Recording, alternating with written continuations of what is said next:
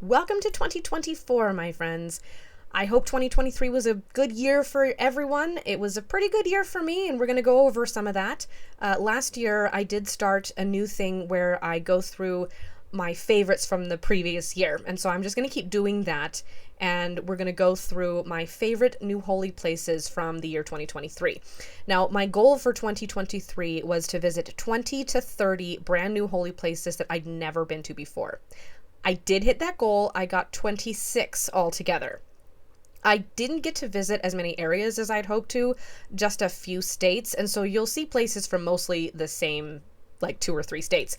But there are definitely some gorgeous ones to see, and quite possibly you'll discover places, as I did, that you would never have guessed were there before. So let's start in. This is my top 10 holy places of 2023. Number 10 is the Latter-day Saint Temple in Meridian, Idaho. There are currently 6 operating temples in the state of Idaho, with 3 more that are soon to be built. The Meridian Temple was the 5th temple built and the last one I had to visit to hit all the Idaho temples on my current list. This is actually one of my favorite temples in Idaho and has a unique look to it.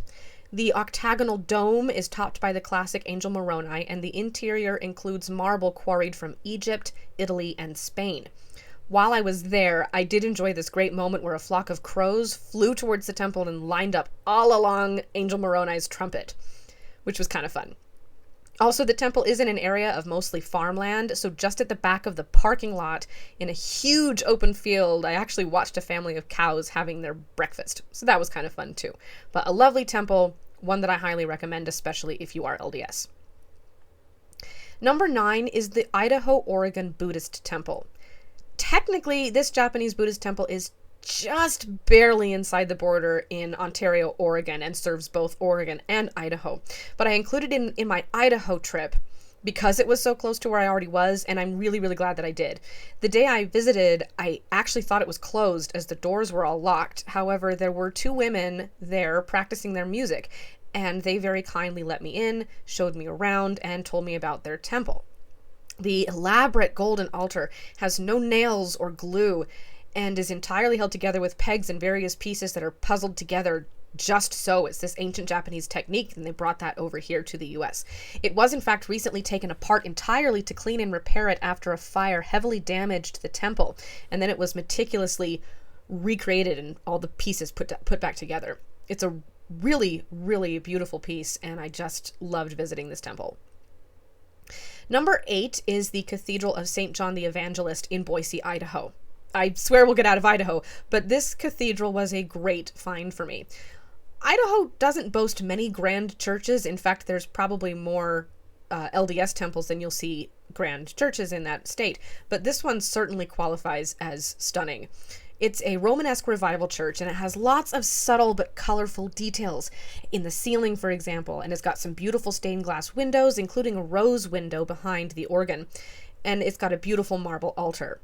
It also has a replica of Michelangelo's famous Pietà, which happens to be my favorite sculpture in the world. I have yet to see the original, but the replica in this church was a nice touch. Number 7 is the SEI Temple in Hacienda Heights, California. California has its fair share of beautiful religious buildings. I've been to a bunch of them, and I have even more on my list to go see later.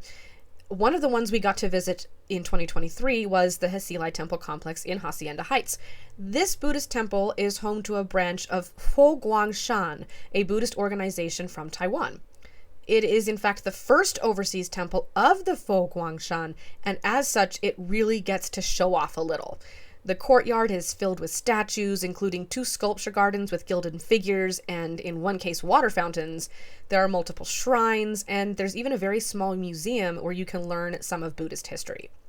You cannot take photos inside the main temple itself, but you can enter and meditate. Just walking up the steps actually to that main building and hearing the chants as you climb up is an experience in and of itself. In fact, it was my husband's favorite place that we visited. He spent a while wandering through everything and examining as many details as he could, and that was kind of neat. Number 6 is the Boise Hindu Temple in Idaho. Yes, we're back in Idaho. This tiny little Hindu temple was actually pretty tricky to find.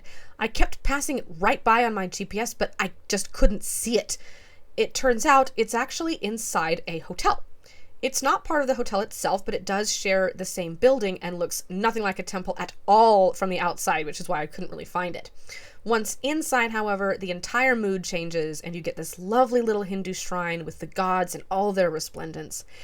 In this case, my personal favorite was this detailed and colorful statue, which is actually a nod to Jainism, an ancient Hindu religion, an ancient Indian religion, similar to Hinduism, but with some subtle differences. Number 5 is the new Dvaraka Hare Krishna Temple in Los Angeles. I have actually wanted to see this particular Hare Krishna temple for quite some time. When we first arrived at the temple, it was closed and they said it would not reopen for another couple of hours, but I was so eager to see it that I decided I would kill some time and come back when it reopened, and obviously I'm glad that I did that. I was able to watch them open the doors of the altar to reveal the gods, which was a neat experience involving chant and simple rituals. What I love about this one is, of course, the detail, particularly the carvings and gilding on that altar. Honestly, that is the primary draw of this temple, which is very simplistic otherwise. The richness of the altar designs absolutely do not disappoint, nor do the colors and the meticulous detail and embroidery of the clothing used to dress the gods. A Hindu temple or a Hare Krishna temple, these are always really, really glorious when it comes to how they depict their deities. Number 4 is the Shri Swaminarayan Hindu Temple in Raleigh. Speaking of Hinduism, going cross-country, I visited a few different places in the Raleigh area, and believe it or not, this one was not even on my list, at all. I didn't know it existed. And it turns out that it actually didn't open until 2022, so it is really brand new. I was visiting a temple that was barely a year old.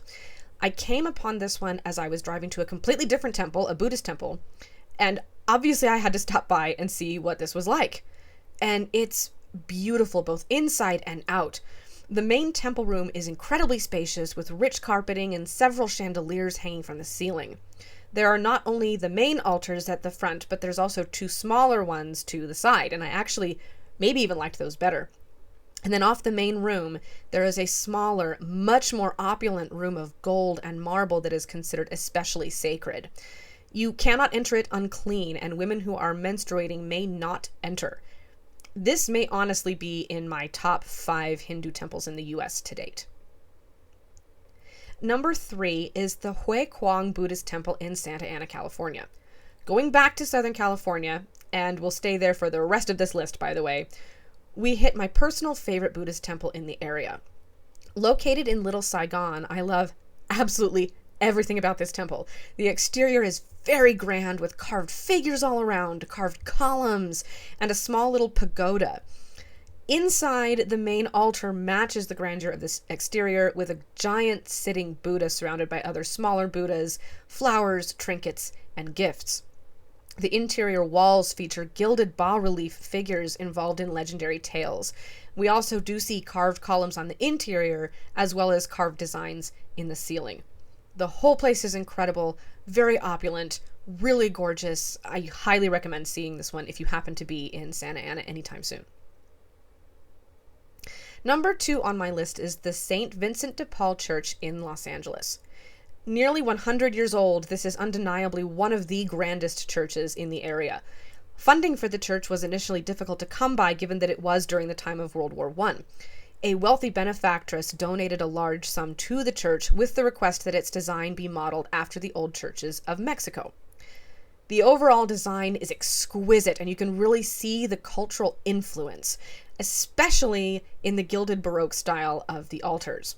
Both the main altar and the 2 side chapel altars are magnificent with their gilding and the carved details, the statues, the iconography, everything. Anyone who knows me will tell you that this is going to draw me in every single time. Even the simpler side altars are not so simple and are really quite stunning. Look up, of course, as I always look up, and you will find an octagonal dome and wood-paneled ceilings. Also, little fun fact that I discovered, this church features in the final scene of an Arnold Schwarzenegger movie called End of Days. It's a scene in which Schwarzenegger's character battles Satan. The main altar is explicitly featured, and yes, I checked and can confirm That is the same altar. Before we hit number 1, actually, just a reminder that every little like, comment, and subscription really does help our channel to grow and to help us get to more of these places. So we would really appreciate that if you could just click that little subscribe button, hit the bell, all that jazz. You can also continue to follow us on Twitter, Facebook, and Instagram. My number 1 holy place of 2023 was St. Mary's Romanian Orthodox Church in Anaheim, California. Most people are going to immediately think of Disneyland when they hear Anaheim, but there are also some really beautiful holy places there, and this is not only my favorite in Anaheim, but my very favorite find of 2023 overall. Orthodox churches really always blow me away. The detail and color are really what churches ought to be, in my opinion. And this particular church, which is incredibly small, packs the most amazing of punches. I actually arrived at the tail end of a service, and the father even blessed me, which was honestly a cool experience that I'd never had before. But my brain was just exploding with all the beauty I was seeing around me. So much exquisite work in such a very small space. The golden chandelier was massive, but it was actually the blues in the ceiling that actually made me look up. I was very, very drawn to those. You guys, it was just awesome, really overwhelming. The singing that was taking place when I was there, because they do sing as their worship, it absolutely filled the space and literally brought me to tears. I cannot recommend visiting this place highly enough. It might be tricky because they're often closed. They have very limited service hours, but do it if you possibly can. You will not regret it. My friends, this is really what makes it all worth it for me. This is the sort of place that I live to discover and to bring to the rest of the world, which desperately needs to be reminded of beauty. I'm hoping that 2024 will bring me to even more places that I can then bring to you. I have a few places on my priorities list for this year. I'm hoping to get around 40 or 50 if I can, and I really do look forward to sharing them with you. You guys have a great day, and thanks for listening.